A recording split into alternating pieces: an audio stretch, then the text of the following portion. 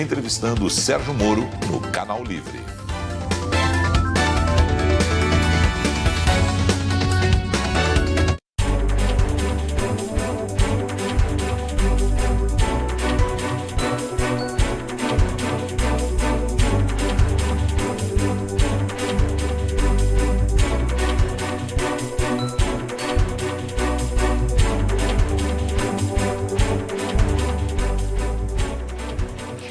Olá, boa noite para você.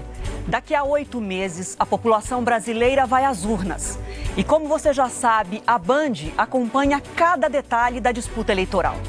O momento é de busca por alianças, debates de projetos para o país e também de troca de farpas entre os adversários.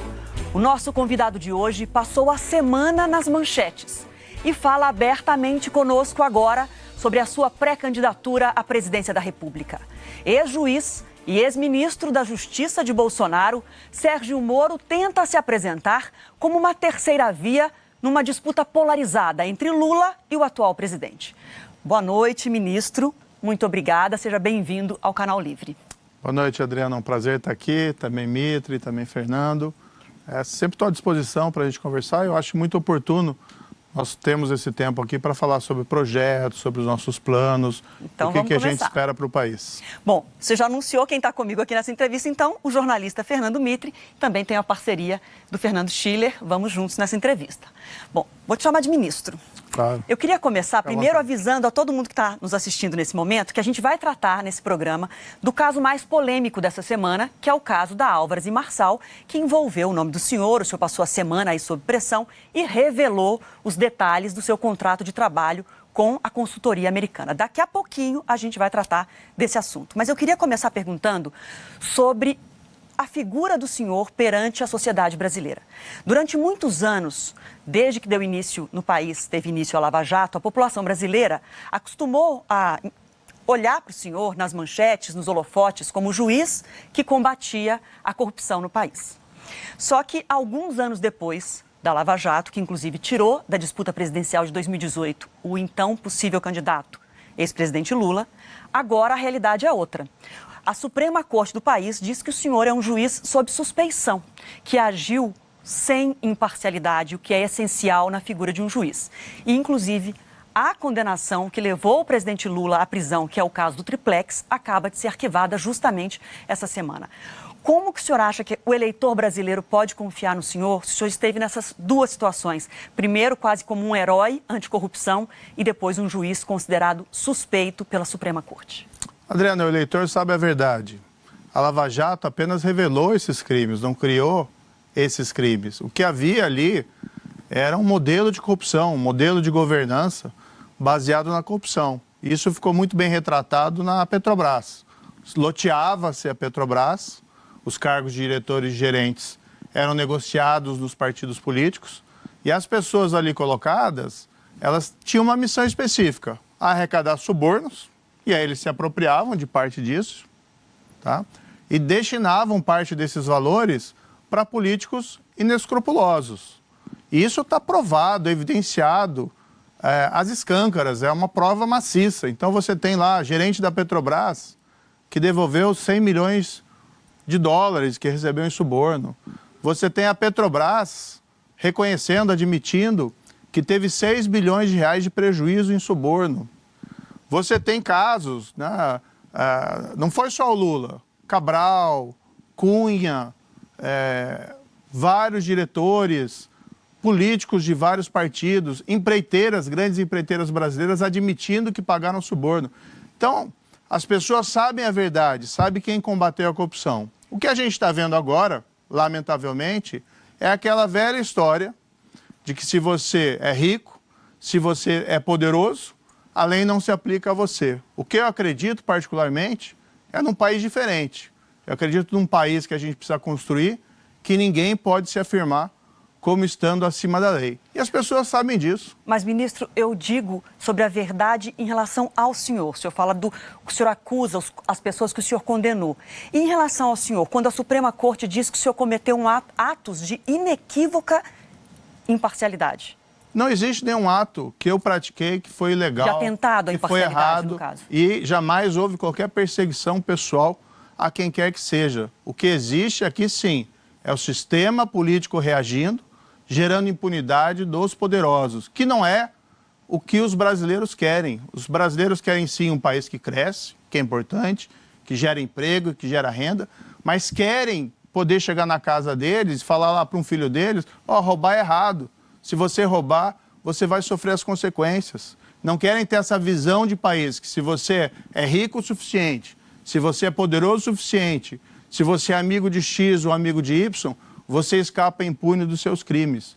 Não existe, o Supremo Tribunal Federal, com todo respeito, cometeu, nesse caso, parte do Supremo, e teve vários votos vencidos. 7-4, né? E foram bem veementes os votos vencidos.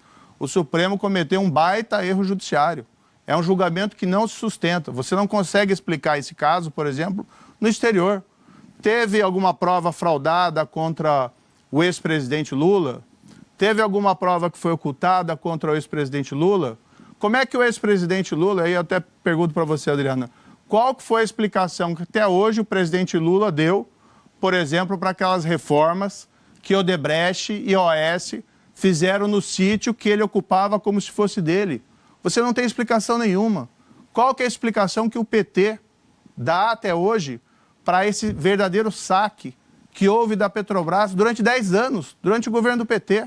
E se a gente for um pouco atrás, o mensalão, que o Supremo julgou e disse o quê? Um esquema de suborno para sustentar politicamente o governo federal do presidente Lula. Você não tem explicação nenhuma. O que existia, sim, um grande esquema de corrupção que prejudicou o país, que contribuiu para aquela grande recessão de 2014 e 2016, fora uma série de decisões políticas econômicas equivocadas da parte do governo do PT. E você teve um momento no país que a lei começou a ser aplicada para todas. E isso não foi uma conquista, não é minha conquista, não é conquista lá do Deltan, dos procuradores, dos policiais. É da sociedade brasileira. É assim que se constrói um país melhor. Ministro, lei valendo para todos. Ministro, só para contemplar aqui o outro lado, rapidamente, os advogados do ex-presidente Lula, na sexta-feira, divulgaram uma nota em que eles dizem: o Supremo reconheceu a parcialidade do ex-juiz Sérgio Moro, nesse caso, e em outros em que ele atuou contra Lula, tal como demonstramos desde a primeira defesa escrita apresentada. Como consequência, declarou a nulidade de todos os atos, reconhecendo o caráter ilegal e imprestável da atuação de Moro em relação ao ex-presidente. Só para Mas qual é o fato, qual é o fato que caracteriza a falta de imparcialidade? Tá? É um presidente no qual as provas foram produzidas, ele foi condenado. A minha sentença, Mitre, foi confirmada no tribunal em Porto Alegre. Sim. Outros 3 magistrados... Depois foi voltando tudo, né? Outros 3 magistrados lá em Porto Alegre, profissionais, tribunal extremamente respeitado lá de Porto Alegre, foi para o STJ, 5 magistrados no STJ confirmam a decisão por unanimidade. O presidente é condenado, num outro caso, lá do sítio de Atibaia, que acabei de mencionar, por uma juíza federal corajosa lá de Curitiba, né, que enfrentou também esse sistema de corrupção do PT. Essa sentença também é confirmada pelo tribunal. Tudo e isso assim, é verdade, os claro. fatos estão apagados? Não estão apagados. Não o presidente é inocente, o tribunal falou isso? Não falou isso. Não, não tem essa decisão.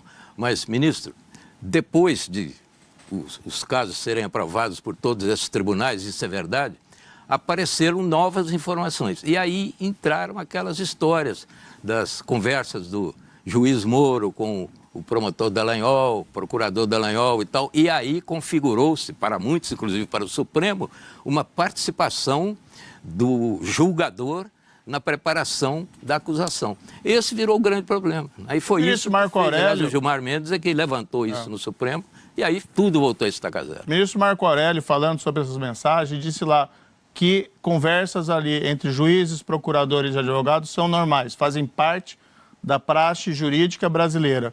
E não viu nenhuma anormalidade no conteúdo daquelas mensagens. Então vamos falar daquelas mensagens, vamos olhar aquelas mensagens. Alguém tem alguma mensagem ali que traz uma conspiração contra o presidente? Tem alguma prova fraudada? Tem alguma prova escondida? Mitre, o que está acontecendo aqui, a gente tem que deixar bem claro, é o velho sistema político do patrimonialismo, da corrupção, reagindo porque quer de volta a impunidade da grande corrupção. É basicamente isso. Não existe nenhuma razão objetiva, com todo o respeito ao Supremo Tribunal Federal, para que a anulação da condenação do presidente Lula fosse realizada. Isso é um baita erro judiciário e o país vai lamentar isso por muito tempo, porque isso significa você chegar lá na tua casa e não poder dizer para o teu filho, olha, se você rouba, ou melhor, que se você roubar, isso é errado. É essa a mensagem que o Supremo está dando para o país. Só para lembrar, professor, que o ex-presidente Lula está convidado para vir ao Canal Livre. Só para ficar nesse tema, Sérgio, vou chamar de Sérgio, me permita. Claro. Por que esse erro? Né? Esse erro vem de uma concepção da maioria do Supremo, isso é resultado da campanha, o PT, o presidente Lula, enfim, foi uma campanha mundial, internacional, né? Durante anos e anos, quer dizer, com boa parte da imprensa, juristas, juízes, né? etc, etc. Então, isso é uma diferença em termos de concepção sobre o papel da justiça, quer dizer, o formalismo jurídico de um lado, chamado garantismo jurídico de um lado, e uma concepção, digamos assim, mais consequencialista da justiça, quer dizer, há algum tipo de interesse político por trás disso, quer dizer, porque quando tu dizes assim, bom, é o velho sistema patrimonial, de fato, o Brasil é um país com uma longa tradição patrimonialista, mas que essa tradição patrimonialista se expressa, num certo momento, numa maioria do Supremo, né, é algo que, digamos assim, no mínimo é objeto para uma longa reflexão. Né? Então, quer dizer, a minha pergunta é, de onde é que vem esse erro, essa configuração que faz? Vamos sair um pouquinho do presidente Lula. Se ele vir aqui, pergunta lá do Reforma no sítio de Atibaia. Vejam lá se ele tem alguma explicação coerente, porque ele nunca deu, sobre esses fatos. Perguntem lá sobre a corrupção na Petrobras, por que ele nomeou aqueles diretores que passaram 10 anos roubando, não só para eles, mas para os partidos políticos que apoiavam o governo. Tá? Mas assim, a minha opinião é a seguinte, tá? Não é só o presidente Lula. Hoje, basicamente, você não tem condenação de ninguém no Brasil por crime de corrupção. Podem não gostar de mim, podem não gostar lá dos procuradores, podem não gostar do policial X, mas a corrupção realmente acabou no país? Não acabou, ela está aí. E hoje você não tem ninguém sendo investigado, pelo menos não de uma maneira efetiva, você não tem ninguém sendo preso, podem até discordar de prisões, mas é estranho que ninguém seja preso por corrupção no Brasil, você não tem ninguém sendo condenado. Então a gente está voltando aqui, o que a gente está vendo, a gente avançou um monte na Lava Jato, aplicação da lei. Quem foi condenado na Lava Jato foi porque pagou o suborno ou recebeu o suborno. Aquela historinha lá de criminalização da política é conto da carochinha, porque ninguém foi processado com base na sua opinião política. Tá? E agora você tem uma reação enorme do sistema que volta, o que eles querem? A impunidade dos poderosos. Se fosse só o Lula, seria grave. Mas não é só o Lula. O Cunha também teve a condenação anulada. Alguém aqui aposta que o Cunha era inocente? O Cabral teve uma condenação anulada. Alguém aposta aqui que o Cabral é inocente dos crimes que ele cometeu? Mas, ministro, na verdade, e também ninguém defende que não se combata a corrupção e que ela não seja punida. A questão é como o combate foi feito. Porque não foi um mero formalismo que levou ao cancelamento de todas as acusações. O ponto principal das anulações, que partiu do ministro Edson Fachin, que o senhor, inclusive, no seu livro, diz que foi um aliado no processo da investigação da Lava Jato, que era um juiz que o senhor considerava que estava a favor do combate à corrupção, ele cancelou todas as acusações por uma questão que não havia na origem nenhum fato efetivo que ligava as acusações de corrupção que o senhor faz ao presidente, do triplex ou do sítio, não, eu não fiz nenhuma acusação. Quem fez foi o Ministério Público. Sim, as condenações, tá, sim, o senhor está correto. Sim. O Ministério Público investiga, denuncia e o senhor acatou todas as denúncias e condenou. Mas não havia nenhum fato, segundo o entendimento da Suprema Corte, que ligasse essas acusações à Petrobras. O senhor reteve, inclusive defende no seu livro que tudo deveria ficar na 13ª vara para que não se perdesse esse fio do novelo e que os casos fossem realmente combatidos, mas no final deu errado.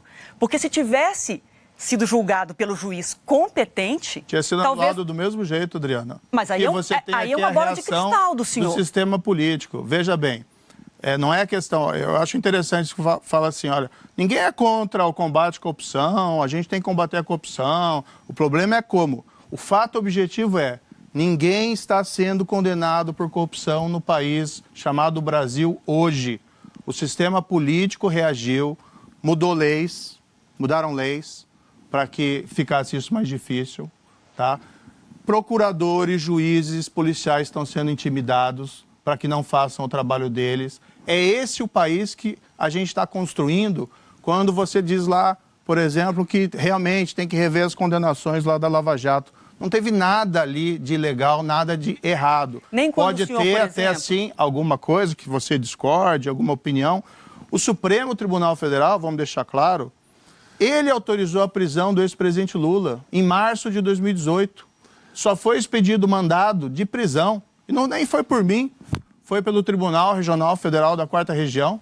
Após a confirmação da condenação em segunda instância, é que foi expedido com expressa aprovação do Supremo. Aí vem parte do Supremo 3, 4 anos depois e diz, não, foi julgado no lugar errado. Ora, sinceramente, respeito o Supremo como instituição, sou contra ataques ao Supremo, sou contra ataques pessoais contra ministros ou ofensas, mas a grande verdade é que o recado que está sendo dado hoje em dia no Brasil, e não estou dizendo pelo Supremo, mas estou dizendo pelo nosso contexto, nosso conjunto vale a pena roubar, o crime compensa. Eu não concordo com isso. O meu projeto para estar aqui como pré-candidato a presidente é exatamente porque eu acredito num país diferente. Sérgio, bem na linha, Mitri, ainda, uma das discussões que se tem em relação a esse processo longo aí da Lava Jato, digamos assim, há uma fronteira, por vezes, tênue entre a decisão subjetiva ou, digamos assim, a interpretação política, né, de alguns processos, de algumas tomadas de decisão, que eu imagino que façam parte da vida de um magistrado, né, no certo sentido, fazer um tipo de análise de contexto, etc., e o formalismo da regra jurídica. Né? Vou pegar um episódio especificamente, que é um dos mais polêmicos dessa longa história, que é aquela divulgação dos áudios, famosa divulgação dos áudios de 2016, uma conversa entre a presidente Dilma e o presidente Lula. Né? Ali eu me lembro de uma entrevista que o senhor deu, o senhor disse assim, olha, eu via nada muito republicano naquelas, e eu me senti no dever de. Né? Então ali o juiz faz uma interpretação sobre o conteúdo e considera que aquele conteúdo, né, deve ser divulgado, enfim, a bem da República, a bem enfim, do direito da sociedade de conhecer as entranhas do poder, etc, etc. Ali não tem, digamos assim, uma fronteira muito tênue entre o que é o formalismo, ou seja, que poderia ser uma decisão por onde remeter aquele material ao Supremo para que o Supremo tomasse uma decisão e o juiz tomasse uma decisão e, portanto, fazer um tipo de juízo político. Quer dizer, o senhor se sente bem hoje com aquela decisão? Etc? Eu sinto totalmente tranquilo, e, na verdade, é a decisão correta. Você tinha um caso claro de obstrução de justiça, no qual o ex-presidente estava sendo nomeado como ministro porque queria se fugir das investigações em Curitiba. Surge um fato daquela magnitude, tá? E o juiz tem conhecimento, o Ministério Público pede que seja levantado o sigilo, a lei permite que você levante o sigilo. É dever, é obrigação fazer isso. Eu acho engraçado, assim, as pessoas muitas vezes elogiam lá, o caso Watergate das fitas do Nixon. Por que aquilo desdobrou como se desdobrou? Porque teve lá um promotor corajoso que intimou o Nixon pedindo para apresentar as fitas. Porque teve lá uma Suprema Corte corajosa que disse que o Nixon tinha que entregar as fitas. Quando se faz essa crítica, esse áudio, eu penso que se fosse nos Estados Unidos, estariam dizendo, não, fique com as fitas, o Nixon, que ele não precisa revelar. Vamos colocar aqui, falar assim, objetivamente. Algum inocente foi condenado na Operação Lava Jato? Vocês conhecem um caso de alguém inocente, tá? Alguém inocente foi condenado na Operação Lava Jato? Algumas condenações do senhor foram revertidas no TRF4. Cerca de 15. Teve um caso, tá para te dizer aqui, que era uma pessoa que trabalhava na OAS, que ele foi preso, condenado por mim. Houve uma apelação no TRF e o TRF reviu no mérito. Disse que não disse que era inocente, disse que não tinha prova suficiente para condenação. Trabalhava na controladoria. Foi inocentado. Trabalhava na controladoria da OAS. Sabe o que aconteceu depois? 2 meses depois, ou alguns meses depois, esse indivíduo fez um acordo de colaboração no âmbito do acordo da OAS com o Ministério Público e confessou que ele estava lá no equivalente ao departamento de propina da OAS em relação ao Odebrecht. É verdade, eu me lembro desse caso. Mas, ministro, com a divulgação daquela conversa da Dilma com o Lula, houve todo o efeito político daquilo e tal, a discussão, até hoje a discussão está aí, mas o senhor não chegou a pedir desculpa ao ministro Fachin? Houve uma polêmica na época, eu não queria que gerasse desculpa. toda aquela polêmica, e eu transmiti informações ao Supremo e deixei bem claro. A minha decisão é legal, ela se sustenta, é minha opinião legal. Pode até discordar, mas eu decidi com base na lei. Lamentava pela polêmica gerada pela decisão. Agora, sim, o que determinou o impeachment da Dilma? Foi aquele áudio ou foi a corrupção toda na Petrobras? Ou foi os problemas que ela tinha no relacionamento essa no é uma Congresso? Questão mais ampla. Mas o senhor chegou a lamentar, então, né? Não, lamentei a polêmica, não lamentei a decisão. A decisão até hoje eu sustento como correta. Legalmente. Tá. Não é porque era uma questão de vontade. Eu, como juiz, eu decido um caso, eu estou vinculado às provas, eu estou vinculado à lei. Então, eu sempre procedi assim. Posso não errar, proferir uma decisão que eventualmente seja equivocada, mas vocês podem ter certeza, e isso é o meu mote, como ministro também da Justiça, e agora a pretensão de sempre querer fazer a coisa certa. Basicamente isso. Ministro, e na sua campanha, o combate à corrupção é um ponto fundamental, mas não é tudo, né? Certamente haverá outros itens na sua campanha e vamos falar deles aqui. Claro. Mas ainda a respeito da luta contra a corrupção, eu me lembro da primeira entrevista que o senhor deu para um grande público, um Roda Viva especial e tal, que... Tive a honra da sua presença, inclusive. Eu estive lá e fiz uma pergunta, eu não fiquei muito satisfeito com a resposta. Vou refazer agora. Vou repetir. Eu perguntei o seguinte, o procurador Dallagnol comandou um movimento para colaborar com conteúdos para a legislação anticorrupção e apresentou 10 itens. Os 3 últimos, se não me engano, que me incomodam até hoje, flexibilização de habeas corpus. Até hoje eu tremo quando ouço isso aí, porque eu sou do tempo da ditadura. Eu sei o que é a importância do habeas corpus na sua integralidade. O outro, pegadinha com funcionário público, para ver se ele é honesto ou não. E terceiro, prova ilícita de boa vontade, com boa intenção. Eu queria saber, o candidato a presidente, Sérgio Moro, é a favor disso? Flexibilizar o habeas corpus? Pegadinha com funcionário? Prova ilícita de boa vontade? O que é isso? O senhor aprova isso? Mitra, primeiro assim, eu não sou não me confundo com os procuradores. Lógico. Eles apresentaram propostas que iam ser debatidas no Congresso. É que ali no Roda Viva o senhor mostrou simpatia. Eles tinham uma visão de endurecimento da legislação penal e apresentaram algumas propostas. Algumas dessas propostas têm ressonância em legislação de direito comparado.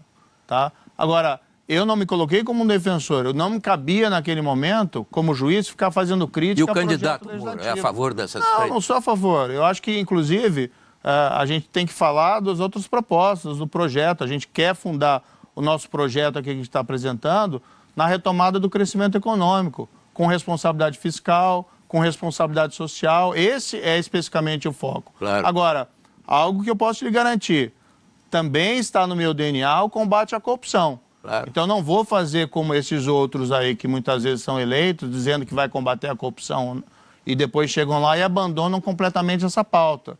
Ou abraçam lá Centrão, ou abraçam a política do fisiologismo. Claro. Então, eu tenho um perfil diferente e eu tenho esse passado que me dá credibilidade para afirmar que comigo vai ser bem diferente. E até agora, as mensagens que o senhor tem apresentado ao público, que efeitos tem na sua opinião, na sua visão? Vamos analisar rapidamente essas pesquisas aí. Nesse momento, nós temos um quadro pré-eleitoral, mostrado pelas pesquisas, que é bastante difícil para uma candidatura como a sua. Vamos pegar o voto espontâneo, que é aquele voto quase cristalizado. O Lula tem entre 35% e 40% de voto espontâneo. O Bolsonaro tem entre 20% e 25%. Voto espontâneo, só aí já são quase 60%. No estimulado vai a 70%. Está sobrando muito pouco aí para os outros. Como é que o senhor vê? Como é que o senhor avalia isso? Isso está mais ou menos como o senhor esperava ou o senhor está sendo surpreendido por esses números difíceis? Mitra, eu avalio que eu me coloquei nessa jornada publicamente em 10 de novembro de 2021 e que hoje eu estou em terceiro lugar nas pesquisas, sendo apontado pela grande maioria dos analistas políticos como sendo a candidatura, eu não gosto desse negócio de terceira via, tá? Mas como sendo a candidatura fora desses extremos políticos mais promissora. Nós estamos começando e vou falar assim com humildade, com bastante humildade. A gente vê esses índices e tal, mas a gente tem ainda 8 meses. E a gente está começando a levar as nossas mensagens. Então, no fundo, a campanha eleitoral nem começou. Agora, a gente sim acredita, e isso que me trouxe aqui ao Brasil, que é uma grande insatisfação com as perspectivas do Brasil em outubro de 2022 eleger ou Lula, que é um governo que deu errado no passado, que é o governo do mensalão, do petrolão e da recessão de 2014 e 2016, ou o governo atual do Bolsonaro, que não está dando certo, que está jogando o Brasil numa estagnação econômica, que teve um trágico desempenho na pandemia e que, além de tudo, disse que ia combater a corrupção e, no fundo, o que ele fez? Ajudou o desmantelamento do combate à corrupção. Então, tem um espaço enorme. Agora, a gente precisa conversar, dialogar, a gente está apresentando nossas debater, propostas. Né, ministro? Principalmente debater. Certamente. No dia 14 de agosto vai ter um debate na Band. Ah, pode contar comigo. A gente está contando. Não, deixa eu- Agora, Bom, não, eu só queria aproveitar esse Posso gancho. pegar o primeiro cartão da fila aí? 14 de agosto está marcado, então. Mas eu só queria aproveitar esse gancho de falar da proposta do candidato Claro, Moro, isso. no sentido de que o tema da eleição de 2018 foi a corrupção.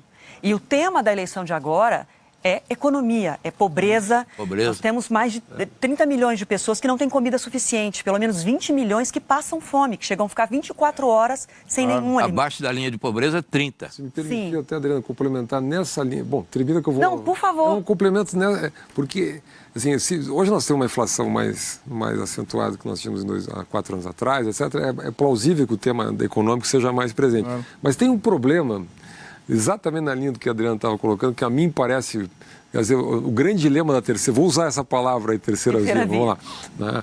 Que é o grande problema, que é o seguinte, como traduzir uma agenda econômica, que geralmente é feita de temas, digamos assim, pouco palatáveis, né? Você tem que falar em reformas, você tem que falar em medidas duras, né? Ainda mais quando você tem um programa que, bom, vamos preservar o teto de gás, vamos fazer a reforma administrativa, né?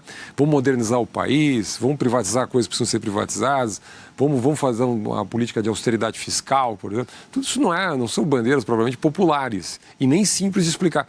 A mim parece, nós tivemos 2018 aqui nos debates da Band, a gente via isso. A agenda econômica, a agenda de reforma, era muito difícil de ser traduzida numa linguagem acessível à enorme maioria da sociedade. Como é que faz isso, Sérgio? Quer dizer, no sentido de transformar um programa, né, que é sofisticado, que é complexo, né, em termos de reformas estruturais, numa agenda que possa ser popular, num país com 145 milhões de eleitores. E o que o senhor propõe para esse país que está tão empobrecido? Olha, nossa proposta é focada na retomada do crescimento econômico. E aí tem que traduzir para as pessoas. O que isso significa? A volta do emprego, crescimento do emprego, tá? Aumento de salários com o tempo com o crescimento econômico. Agora, existe uma série de caminhos para que você atinja esse objetivo. Tem as propostas desses dois extremos, são mais ou menos no seguinte sentido. Pedem ao povo brasileiro que dê um cheque em branco, para que gastem como quiserem. Aí, com mágica, o Brasil vai sair da crise. Na verdade, a gente sabe que isso já não deu certo lá em 2014 e 2016. O país vai cair numa profunda recessão, né, se essa proposta que se é apresentada pelo Lula, que simplesmente vai começar a cair picanha do céu, cerveja sair do jorrar das fontes. E as pessoas sabem, as pessoas não são burras. Os brasileiros são inteligentes, eles sabem que propostas de políticos têm que ter racionalidade, tem que ter algum sentido. Mas, ministro, nisso. mas qual é a sua proposta visando a pobreza? Porque isso que o senhor insinuou aí me lembra aquela frase antiga, vamos fazer o bolo crescer para depois dividir. Não, veja bem. Quer dizer, é o crescimento econômico. Claro, o crescimento econômico é ótimo quando vier. Primeiro, a gente mas precisa... e enquanto não vem? A Qual gente é a precisa ter propostas de crescimento econômico, investir na educação pública, que são as soluções médio e longo prazo. Não vamos enganar ninguém que só crescendo o país resolve esse problema definitivo. Concomitantemente, isso que eu já falei publicamente, Essa é a minha pergunta. a proposta que foi construída em conversa com grandes especialistas do Brasil no combate à pobreza, é criar uma governança específica, eu estou chamando de Força Tarefa Nacional de Erradicação da Pobreza, com o objetivo de focalizar as causas que acabam prendendo as pessoas na armadilha da pobreza. Ou seja, o que a gente tem comentado? Esses programas de transferência de renda, Bolsa Escola, Bolsa Família, Auxílio Brasil, são extremamente relevantes, eles têm que ser mantidos e eventualmente até aprofundados. Agora, isso não tira as pessoas da armadilha da pobreza. Você precisa ter uma atenção mais individualizada, você precisa ter uma atenção, às vezes, direcionada a uma família. Às vezes é um pai de família lá que não consegue trabalhar porque ele tem um impacto na saúde dele. Às vezes é uma mãe, seja de uma família ou de todas as mães da comunidade, que não tem como trabalhar porque não tem onde deixar o filho. Ou seja, a ideia da Força Tarefa Nacional de Erradicação da Pobreza é você pegar as políticas públicas que já existem, educação, saúde, treinamento profissional, realocação de trabalho, e você fazer chegar essas políticas públicas, tá, para aqueles que mais precisam. Porque o grande problema, muitas vezes, desses vitimados pela extrema pobreza é aquilo que a gente chama do fenômeno da invisibilidade.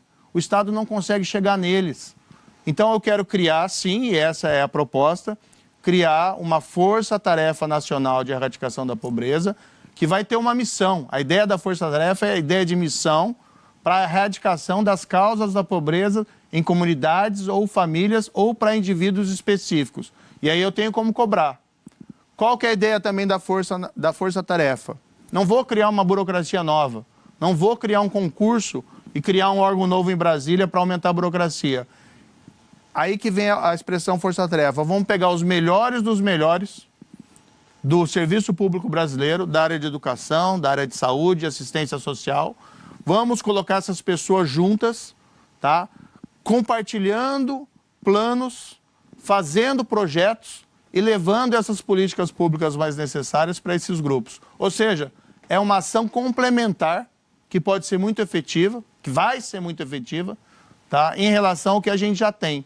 Não basta esses programas de transferência de renda. A gente tem que resgatar as pessoas da armadilha da pobreza. Leva tempo, leva tempo. A cada pessoa que você consegue tirar, já é uma vitória.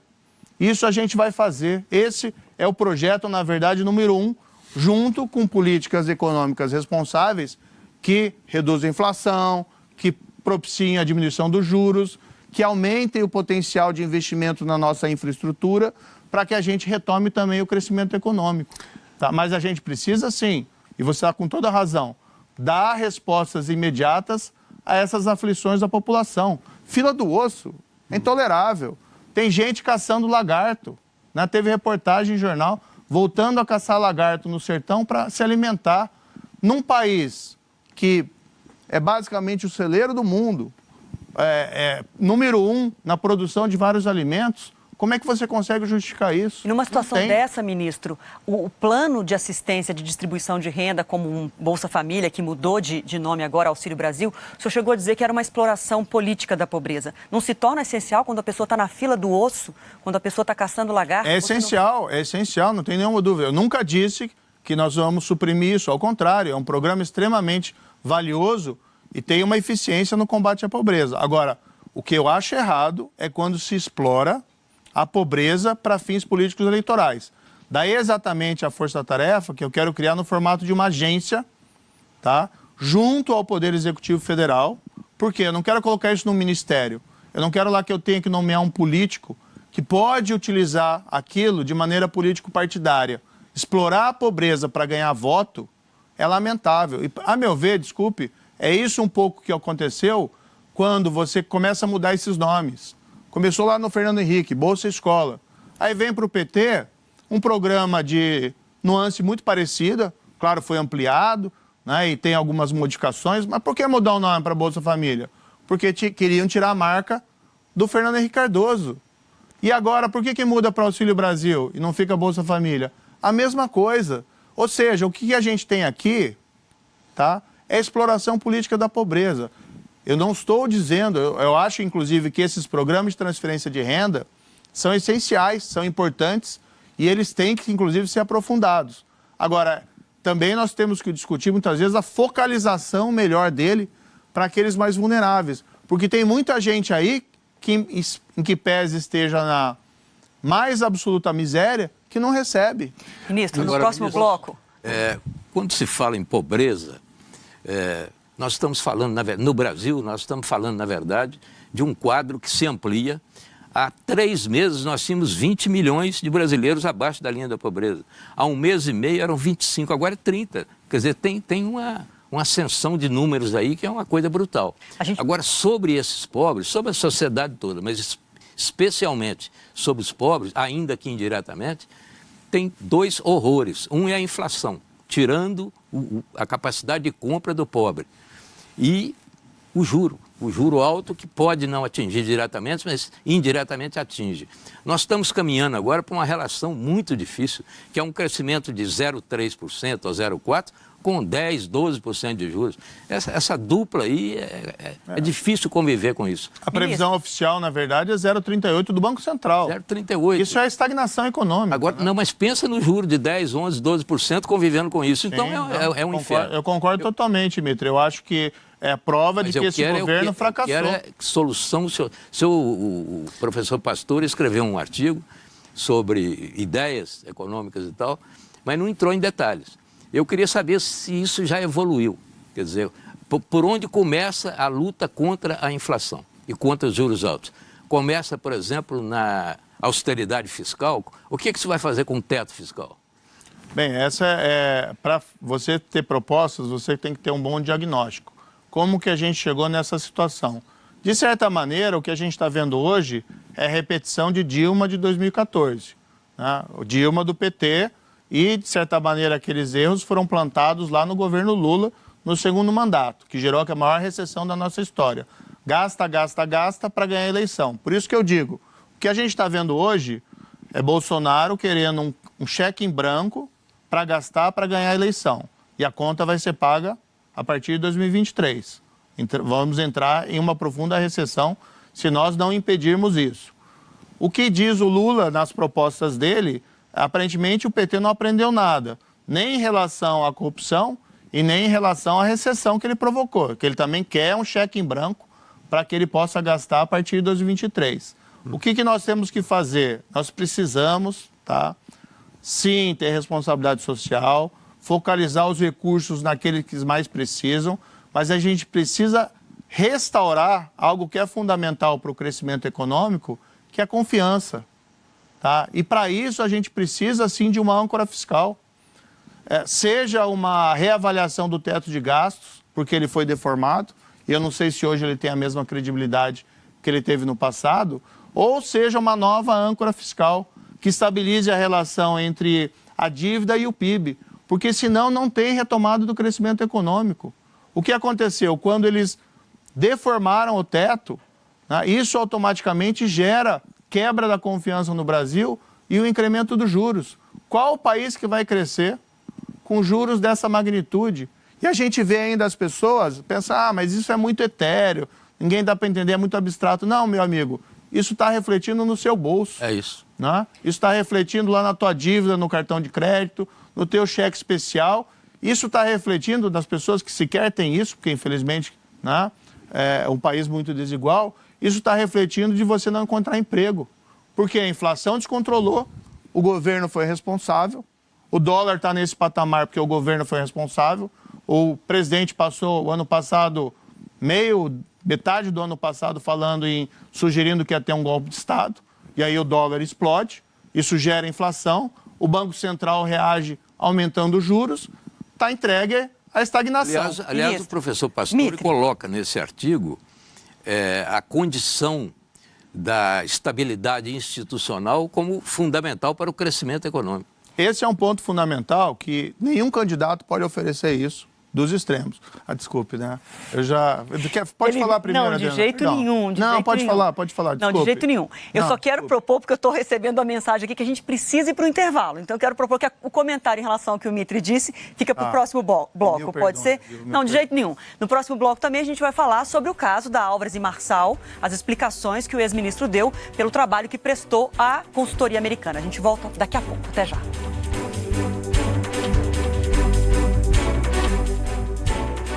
Estamos de volta com o Canal Livre, hoje recebendo o pré-candidato à presidência, Sérgio Moro. A gente encerrou o último bloco com o comentário do Mitre sobre crescimento econômico. Eu tive que interrompê-lo, mas, por favor, pode prosseguir. Claro. A pergunta foi sobre a correlação entre... A estabilidade institucional como condição para o crescimento econômico, colocado pelo professor Pastore nesse artigo, e ele certamente está discutindo isso com... Eu diria o seguinte, o crescimento econômico está intimamente relacionado com a qualidade das instituições. A gente pode fazer um paralelo. Se você pegar os países de maior nota de integridade no ranking da Transparência Internacional e comparar com o ranking dos países mais desenvolvidos ou de maior IDH, você normalmente tem uma correlação, tanto no topo dos melhores como dos piores. Ou seja, existe, para você ter crescimento econômico duradouro, você precisa ter instituições públicas e privadas sólidas, porque senão você não cresce. Eu faço um comparativo para as pessoas entenderem. Por que a Inglaterra atrai investimentos? Por que a Inglaterra cresce? E, por exemplo, um país africano como a Somália é considerado um estado falido. É porque o ministro da Economia da Inglaterra é mais inteligente do que o ministro da Economia lá da Somália? Pode ser o contrário, pontualmente, circunstancialmente. A grande diferença é a qualidade das instituições. Por isso que eu digo aqui, como a gente estava falando, quando se fala em combater a corrupção, quando se fala em ter integridade e honestidade, quando você diz que você só constrói um país se você tiver um governo de leis e não um governo de arbítrio, quando você tem aquela percepção que a lei está acima de todos, que ninguém está acima da lei, é isso que constrói um país próspero. Ou seja, não é uma questão meramente moral. E qual a visão que o senhor tem das nossas instituições e da estabilidade das nossas instituições? Olha, o Brasil é um país rico, economia grande, população maravilhosa, criativa. Nós acho que tivemos muitas conquistas. Nós estamos fazendo aqui 200 anos da independência. É uma data a ser comemorada. Infelizmente, nós temos visto nos últimos tempos uma degeneração das nossas instituições. Pela criação de corrupção institucionalizada dentro lá do governo do PT, e agora a gente está vendo isso pelo desmantelamento das instituições de combate à corrupção. Então a gente está tendo, na verdade, o seguinte, um fenômeno, não é só corrupção, é uma captura do Estado para atender interesses específicos. E os confrontos entre instituições, os inúmeros confrontos entre o Executivo e o Supremo, por exemplo, entre o Presidente e o Supremo. Porque ao longo desse tempo todo, inclusive quando o senhor estava lá no governo, como é que o senhor vê esse processo? Eu acho que o ponto fundamental é as instituições brasileiras hoje, elas estão funcionando para a população ou estão funcionando para elas mesmas? A minha percepção, infelizmente, que muitos desses choques decorrem, e aqui não falo só do Supremo, mas do Congresso, porque hoje você tem uma captura em prol de interesses específicos. Nada mais ilustrativo disso que a gente está vendo a captura do orçamento da União, do governo federal, tá? A capacidade de investimento do governo federal hoje está sequestrado por emendas parlamentares, pulverizadas. Então a União já não tem muito dinheiro, porque as despesas obrigatórias são elevadas. As despesas discricionárias são pequenas. E o que ela tem, ela já não consegue gastar, por quê? Porque está tudo indo para emendas parlamentares paroquiais. Em tese, assim, tá, tudo bem. Sim. Mas é melhor você focalizar em investimentos de maior eficiência ou ficar comprando lá um tratorzinho para entregar numa prefeitura, sabe Deus qual que é o ganho disso. Nessa linha, Sérgio, uma questão sobre agenda de prioridade de reformas. Né? As reformas foram, na verdade, elas estão paralisadas. Né? A pandemia, a falta de convicção do governo, uma série de questões, agora na eleitoral. Então, e um dos grandes entradas de reforma no Brasil são as corporações públicas. Não é? Uma delas é a reforma administrativa parada, o governo atrasou, não anda no Congresso. Tu vens de uma carreira, na verdade, de Estado, do Judiciário. O Judiciário brasileiro é um dos judiciários mais caros do mundo, na relação PIB. Não é? Aí você tem salários acima do teto salarial. Aí você tem férias de 60 dias, né, para os magistrados. Aí você tem auxílio moradia. Né? Aí você tem magistrados, às vezes, ganhando 300, 400 mil reais sai na mídia em função de licença-prêmios, direitos mais variados. Pergunta, como é que se faz isso? Quer dizer, isso é uma prioridade do teu governo? Quer dizer, qual é o conceito de reformas e como é que faz para lidar com essas corporações que são muito fortes, que tu conheces bem do próprio Poder Judiciário e que geralmente obstaculizam esse avanço de reforma no país? Eu acho que, primeiro, assim, algo importante, dar o exemplo.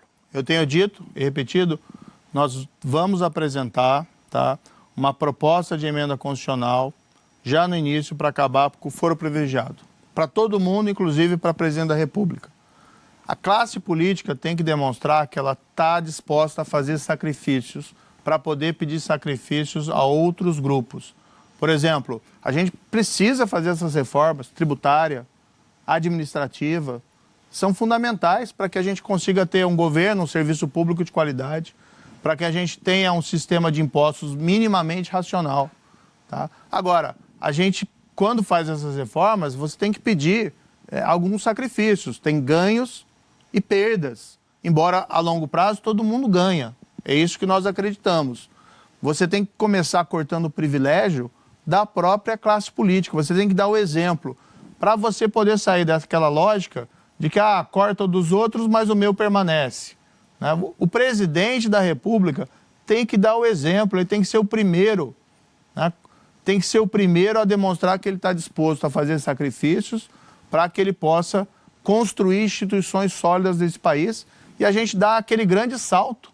Não é que as pessoas precisam olhar para Brasília e pensar assim, olha, eu tenho que manter a vigilância em cima dos políticos, mas eu preciso acreditar que o presidente não vai mentir, que o presidente não vai roubar. E a gente não tem isso hoje. Ninguém acredita nisso. Deixa eu fazer uma provocação para o Sérgio aqui. O João Dória disse que vai privatizar a Petrobras, né? O Lula, obviamente, não vai, né? Qual é a posição do Sérgio Moro sobre o programa de privatizações? Não só da Petrobras, mas vamos lá, o conceito das principais estatais brasileiras. Sou absolutamente a favor de privatizações. Eu tenho uma visão mais liberal da economia, sem prejuízo, e acho fundamental a importância, políticas robustas, sociais, tá? De educação, saúde, segurança e redução das desigualdades sociais, além da erradicação da pobreza. Agora veja, Fernando, isso que eu acho interessante. A gente está discutindo essa questão das privatizações há mais de 20 anos. Esse era um tema do governo Fernando Henrique Cardoso. Né? Hoje a gente está com a Petrobras, que é uma empresa que explora óleo e gás, combustíveis fósseis, e o mundo está discutindo o quê? Energia solar, energia eólica, hidrogênio verde. A gente não consegue virar a página. Por que a gente não consegue virar a página, Mitri? Porque as instituições estão capturadas, Adriana, por interesses particulares e próprios. A gente tem que retomar aquela ideia da política clássica, né, que governar tem que ser dirigido ao bem comum e não a bem particulares. Ou seja, a gente tem hoje um governo, e há muito tempo, desculpe, um governo que serve a si mesmo, que serve grupos específicos que conseguem fazer lobby no Congresso, conseguem fazer lobby no Executivo. E aí não tem país que avança. Por que a gente não cresce economicamente? Porque o ministro da Economia comete erros, mas só esse e os anteriores. Também, a gente não cresce porque o Estado brasileiro, o governo brasileiro foi capturado, e não é só questão de corrupção. Corrupção é a parte menor desse fenômeno. Foi capturado por interesses especiais. Mas e a gente precisa chegar alguém lá e dizer assim, o governo tem que ser para todo mundo. Certo, ministro, mas dentro da máquina estatal há grupos também poderosos, que estão lá instalados, e ninguém chega. Eu queria saber que planos o senhor tem, numa perspectiva de reforma administrativa, para mexer nisso. Como é que o senhor mexeria? Olha, a reforma administrativa, o que a gente não pode fazer, que é um grande erro, é tornar o servidor público um vilão. Claro que não. Tá? Eu fui juiz por 22 anos, depois ministro da Justiça. Claro. Tem pessoas excelentes dentro do serviço público, tá? Tem também, infelizmente, a acomodação. Você tem que ter, dentro da administração pública, você tem que ter um sistema que incentive produtividade, como tem lá no setor privado. Você tem, quando fala, por exemplo, serviço público, é muito amplo, mas vamos falar de escola, educação pública. Você tem que ter treinamento e capacitação para os professores. Você tem que dar incentivos aos bons professores. E você tem que ter uma reforma para fazer as coisas funcionarem. Agora, você tem também, sim, e isso é importante, que o Fernando colocou, tem que cortar privilégio. né? Porque privilégio não faz parte da visão de um governo, de uma administração pública eficiente. Aí é a história do puxadinho. Primeiro o meu e esqueçam-se os outros. Agora eu peço licença aqui ao Schiller e ao Mitre, interrompi novamente, mas para a gente também virar a página e falar do caso que foi o caso mais comentado da semana envolvendo o nome do senhor, que é o caso da consultoria Álvares e Marçal. O senhor, depois de uma pressão grande durante a semana, na última sexta-feira, o senhor revelou que tinha um salário mensal na Álvares e Marçal de $40 mil, o que daria em 11 meses de contrato, em torno de R$2.400.000. Estão corretos esses números? Uma empresa que também cuida da Odebrecht, né? Que cuida da recuperação judicial das empresas que o senhor, como juiz, tomou decisões importantes que, inclusive, tornaram as consequências financeiras dessas empresas, as condições financeiras mais graves. Em decorrência das suas decisões, essas empresas tiveram que entrar num processo de recuperação judicial e hoje quem lucra com essa recuperação é a Álvares e Marçal. Adriana, essa é a história mais maluca de todos os tempos que eu já ouvi. No fundo, você tinha lá uma CPI que eles queriam fazer, já desistiram, porque sabem que ia dar um tiro no pé. Tem um procedimento no TCU que é absolutamente abusivo, porque o meu contrato com a empresa Álvares Marçal, que é uma renomada consultoria norte-americana, tá, é uma relação privada. E o TCU cabe lá de um ministro, eles têm que investigar a administração pública e governo. O que acontece praticamente? Eu trabalhei como juiz, 22 anos, eu desmantelei o império de corrupção da Odebrecht, eu não ajudei a Odebrecht a nada. Eu cumpri o meu dever como juiz aplicando a lei e mandei para a prisão dirigentes daquela empreiteira que se entendiam como acima da lei. Então eu fiz o meu trabalho. A Odebrecht fez um acordo com o Ministério Público depois, tá? No qual ela admitiu os crimes, ela resolveu colaborar e ela admitiu pagar uma multa. Isso foi lá em 2016, 2017, né? 4, 5 anos atrás. Eu saí do Ministério da Justiça e fui trabalhar. Eu não enriqueci como juiz, eu não enriqueci como ministro. Fui contratado para essa empresa, tá? Para trabalhar nos Estados Unidos, tá? E fui para os Estados Unidos trabalhar lá nessa empresa. Trabalhava numa área, numa unidade da empresa, Álvares e Marçal Disputas e Investigações, que é basicamente o quê? Compliance, anticorrupção, investigação interna contra a corrupção. O meu contrato, e isso eu revelei na sexta-feira, tem uma cláusula expressa que eu pedi, a empresa prontamente concordou, que me proíbe de prestar qualquer serviço para a empresa envolvida na Operação Lava Jato. Eu não trabalhei, não prestei um serviço. Quem fala que eu prestei serviço para o Odebrecht, mente. Mas, quem prestou serviço para o Odebrecht foi o Lula. Mas, ministro, 2 argumentos, por favor. O senhor questiona o TCU nessa investigação, de alguma forma dizendo que é uma perseguição do TCU e que esse assunto é privado, é uma relação de trabalho privado do senhor com a consultoria. Os argumentos são de que um processo de recuperação judicial envolve interesses públicos, tanto que é acompanhado por pela Justiça Vara de Falências e Recuperação. TCU federal, eles estão querendo investigar o quê? Juiz estadual? Mas só um instante. O juiz da Vara de Falências de São Paulo, que acompanha a recuperação dessas empresas, há 1 ano, ele considerou que havia razão para investigar o suposto conflito de interesses entre o senhor e esse caso, tanto que há 1 ano as empreiteiras pagam em juízo os honorários para Álvares e Marçal. Então não é uma questão específica do Tribunal de Contas e, além disso, não é só uma questão da lei, ministro.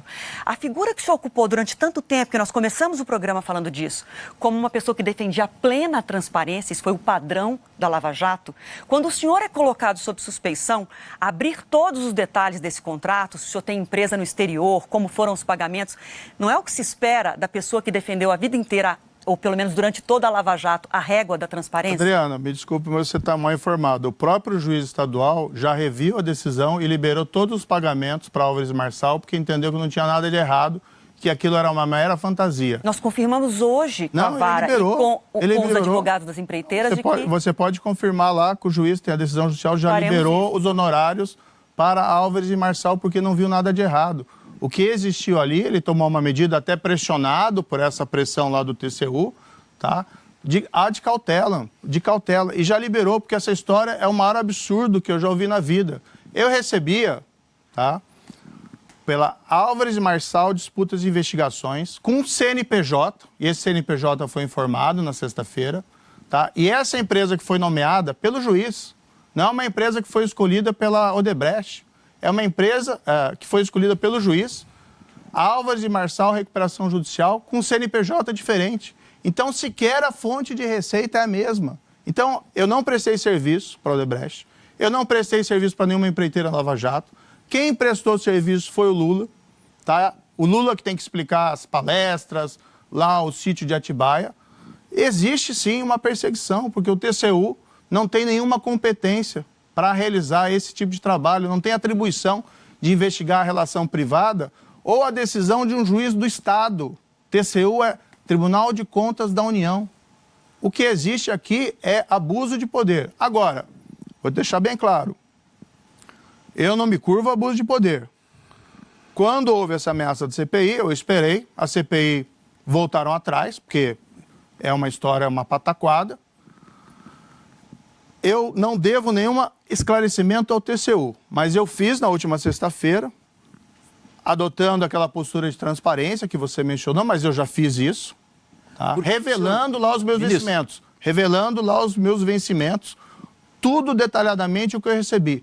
E boa parte disso eu recebi ainda nos Estados Unidos, que o meu vínculo era com outra Álvares e Marçal dos Estados Unidos, que não tem nada a ver com o dinheiro que recebe a filial aqui nos Estados Unidos. Então, meu contrato proibia eu de prestar serviço para a empresa envolvida em Lava Jato, tá? Eu abri as informações. Agora, o que eu quero, Mitri, é uma nova fase, então, da transparência pública. Eu não devo nada, mas eu fui lá e revelei todos os dados, coloquei os documentos. Demorou? Por que o senhor resistiu antes? Porque eu não me curvo a abusos. Eu fiquei esperando o momento apropriado. Quando falaram nessa CPI e cancelaram, eu vim a público e apresentei. Agora eu quero ver o Lula fazer o mesmo em relação à reforma do sítio. Eu quero ver o Lula fazer o mesmo em relação às palestras que ele recebeu em valor muito superior das empreiteiras da Lava Jato. Vamos pedir, vamos ver essas contas. Eu quero ver o presidente Bolsonaro abrir as contas do gabinete dele, como deputado parlamentar. Vamos pedir para abrir as contas lá do Flávio Bolsonaro. Aliás, o presidente Bolsonaro, isso é importante, o presidente Bolsonaro está convidado a vir aqui ao Canal Livre, né? Assim como o ex-presidente Lula, que o Mitri também já... Vamos abrir as contas da mansão que foi adquirida lá pelo Flávio Bolsonaro. Então, se estão exigindo de mim transparência, e eu cumpro isso, mostro, não tem nada de errado, nem de ilegal, e desculpe, nenhuma falta de ética. Não teve nada disso, porque eu não trabalhei e não recebi um tostão de empresa investigada na Operação Lava Jato. Quem recebeu isso, e vocês podem perguntar quando vier aqui, é o Lula. Aí ele pode prestar todos os esclarecimentos sobre isso. Ministro. Mas eu acho assim, se eu estou adotando essa postura de transparência, então vamos apostar, vamos esperar que o Lula, vamos esperar que o presidente Bolsonaro abram todas as informações das suspeitas que recaem sobre eles. Vamos inaugurar uma nova era de transparência para pré-candidato a presidente da República. Transparência, a luz do sol só faz bem, né? Sim, eu não tenho nada a esconder, Mitri. Agora, eu acho que eu fiz isso, tá? E espero que o exemplo seja seguido. Ministro, a respeito da Lava Jato e as empresas, que visão o senhor tem dessa diferença entre a pessoa física e a pessoa jurídica? A pessoa física cometeu o crime, evidentemente tem que ser processada, tem que ser julgada, se for culpada deve ser condenada, etc. Mas as empresas, a pessoa jurídica, com seus empregos, com a sua tecnologia, com seus compromissos, ela não deve ser preservada? A minha pergunta é, que deve? Eu acho que deve. O senhor deve concordar com isso. Concordo Mas totalmente. isso não deveria fazer parte das suas preocupações no tempo da Lava Jato? Sempre foi, Mitri. Quem Mas quebrou essas empresas... Vendo tantas empresas quebrarem... Mitri, quem quebrou essas empresas foi o esquema de corrupção que foi construído pelo PT durante o governo do PT. Essas empresas se envolveram nisso, ao invés de elas investirem em produtividade, em tecnologia, elas investiram o quê? Na capacidade delas de se aproximar dos governantes. Então você tem lá, por exemplo, o pessoal da família Odebrecht muito próximo do Lula. Esse tipo de relação é aquele capitalismo do compadrio. Aí quando você tem o combate à corrupção e você tira esse tipo de possibilidade, a empresa começa a ter dificuldade. Mas vou te dizer o seguinte, todas as empresas que foram investigadas na Operação Lava Jato. Desde o primeiro dia que surgiu o nome delas na imprensa, elas tinham a possibilidade de recorrer à Lei Anticorrupção Empresarial, tá? Que é uma lei aprovada em 2013, que permitia que elas fizessem um acordo de colaboração, que chamam lá de acordo de leniência, elas revelassem os fatos, colaborassem com as investigações. No Brasil é complicado, e pagassem... porque tem 5 ou 6 entes que optam também, que têm direito de optar sobre essa leniência. A certa leniência com 2 órgãos, tem CGU, 3 que não foram AGU, ouvidos. Ministério Público, isso a gente toda essa deve estrutura mudar, é muito mas confusa. veja, eu era juiz, eu não era legislador. A lei foi aprovada. Eles podem recorrer a esse acordo. Se tivessem recorrido ao acordo desde o início, sinceramente a situação deles estaria muito melhor. O que aconteceu? Eles fizeram uma guerra, as empresas fizeram uma guerra contra os fatos, contra as provas, e foram fazer isso 2, 3 anos depois. E aí sofreram um grande impacto na reputação. O que acontece hoje em dia no mundo corporativo? Imagem e reputação é tudo. Então o que tem que acontecer? Houve algum problema, algum incidente, que essa é a prática internacional, a empresa faz a lição de casa. Ela investiga, ela apura e ela colabora com as autoridades. Então as empresas investigadas da Operação Lava Jato, Mitri, tiveram desde o primeiro dia essa possibilidade. Elas sofreram esses prejuízos, porque haviam se envolvido em casos de corrupção, porque aceitaram o modelo de governo do PT, que era baseado na corrupção, e 3, porque demoraram a fazer a coisa certa, a fazer esses acordos de colaboração. O que ia fazer o procurador ou o juiz? Iam dizer, não vamos investigar essa empresa aqui porque ela está envolvida em corrupção, mas a gente não pode mexer com a empresa porque ela é muito grande, porque ela é enorme. Não, você tem que investigar os casos de corrupção. A única saída ali era a empresa colaborar. Quando elas colaboraram, a situação delas melhorou. Ministro, a gente voltou naquele ponto. Finalizamos no ponto em que ninguém é contra o combate à corrupção, desde que isso seja feito com racionalidade, dentro da lei e preservando empregos e a economia. Eu acho que a gente teria muito assunto aqui para falar essa noite ainda. Já acabou? Mas nosso tempo acabou, Mitri. Nosso tempo esgotou. Eu quero só reforçar o convite que o Mitri já fez aqui também, para no dia 14 de agosto, a Bandeirantes faz o primeiro debate presidencial na TV aberta. Então, se a sua pré-candidatura se confirmar como candidato a presidente, o senhor está convidado e a gente espera o senhor aqui. Muito obrigada pela presença. Obrigada, Schiller, Mitri, pela parceria. Obrigado, Adriano. Eu vou estar aqui. Eu posso pegar o número 1 da fila e chegar aqui. Vamos conversar. Eu acho que o debate que foi muito bom, a conversa foi muito boa. Seria bom ter mais tempo para a gente falar. Nós teremos outros programas. Teremos outras oportunidades. Estou à disposição, né? Vamos falar sobre saúde, educação, todos esses outros planos, todos esses programas. Mas vou estar nesse debate, fique tranquila. Estamos esperando pelo senhor e teremos outras oportunidades. Eu quero agradecer a companhia de todos vocês. Relembrando, então, 7 de agosto é o domingo eleitoral na Band, com a rodada de debates aos governos do Estado. E 14 de agosto, o debate presidencial da TV aberta, histórico, sempre aqui na Bandeirantes. Um grande abraço a todos, muito obrigada. Tchau.